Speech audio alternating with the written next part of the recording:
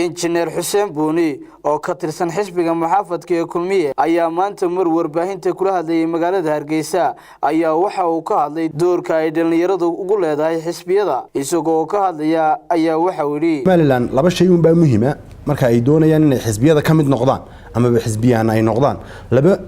arrin ayaa muhiim inay ogaadaan labada arrin oo kala ah marka koobaad inay bartaan aqoonta siyaasadda oo xisbiga gudihiisa aqoonta siyaasadda ee laga shaqeeyo xisbigu uu shaqeeyo in dhalinyaradu marka koobaad barato inta aanay xilal ka qaban ama inta aanay xubnada activists oo xisbiga u hadlo magaciisa ku hadlo aanay noqonin in ay aqoonta bartaan waxaad arkaysaa dhalinyaro badan oo habeen iyo maalin dhaliil bilaa qorshe TV-yada la soo taagan dhalinyaro badan oo habeen iyo maalin asxaash iyo madaxda qaranka yani haweenka maamuuska milgaha iyo ixtiraamka dhaqan ahaan inaga mudan TV-yada iyo social media ka caayaya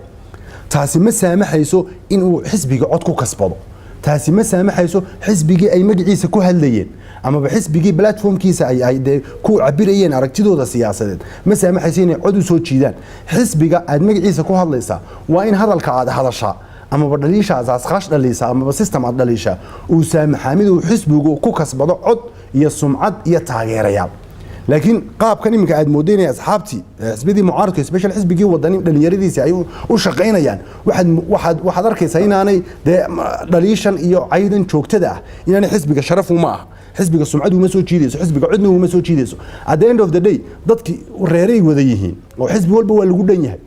dadkan madaxdan aad habeen iyo maalin caayis cidda ay ka soo jeedaan ama bareerka ay ka soo jeedaan madaxda xisbiga xaakimka iyo dawladda ka midka ah at the end of the day iskaga ka tagaya waa dhaliil taagan oo joogta oo bilaa qorshe ay personal attack oo cid gaar ah la caayayo xisbiyaduna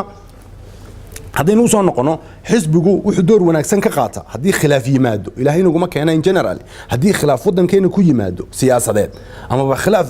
caadi ilaahay inaguma keenay xisbiyadu door wanaagsan bay ka qaataan xalinta khilaafaadkaasna oo waa madal runtii aragtida iyo afkaarta iyo dareenka shacabka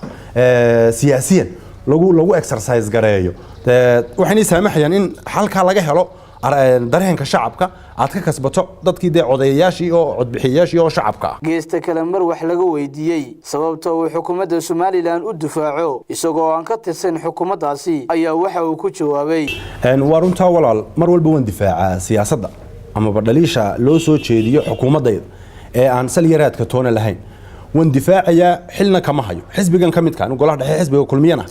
مسؤولينta xisbiga kulmiyana xukuumadani waa xukuumadii xisbiga kulmiye waxay ka soo farcantay ama ka soo unkantay xisbiga kulmiye ilmuhu aabihi sidaan u dhaliisha iyo dhibta ugu ogoleen ayaan anagu aan xukuumadda ugu ogoleen dhaliisha iyo dhibta sida daraadeed ayaan anagu mar walba siyaasadda xukuumadda u difaacna maxaa yeelay xukuumaddu waxay ku shaqeynaysaa waa siyaasadii xisbiga kulmiye dabeeto wax qabadka xukuumaddu ama creditka xukuumaddu ay keenta waa deemidu cod ku raadsanaya xisbiga kulmiye credit xisbiga kulmiye sida daraadeed walaal waxay saamaxaysaa inaanu xukuumadayda difaacno waa xukuumadaydi oo unkankii waxay ka soo unkantay xisbigayga kulmiye dad soo ibn u difaaca inaan xil ka hayaano muhiim ma oo xisbigiiban mas'uuliyiintiisiiba kamid ah ummadii lagama wada hayn karo xukuumadii inuu baad inoo matalaysa inta xukuumadda joogtaan oo anagu kuraasta ku ilaalinayna kuraasta ay ku fadhiyaan waa in anaga namataleyso siyaasadayadii ama siyaasadii xisbiga kulmiye ay ku shaqeynayaan dhaliisha in xukuumadaydan media uga sheegnaana walaal demaha siyaasad suuban waa qaladaadka runtii dhalinyaradeenna ama siyaasiyiinteena inta badan aad ku arkayso systemka aad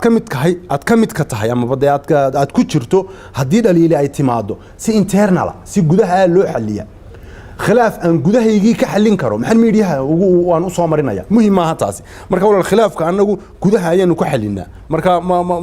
wax baahiyo aan TV-ga xukuumadayda kala hadlaa ama xisbigayga aan kala hadlaa baahidaasi ma jirto Xamse Jaamac Xuseen telefishinka caalamiga Star Hargeysa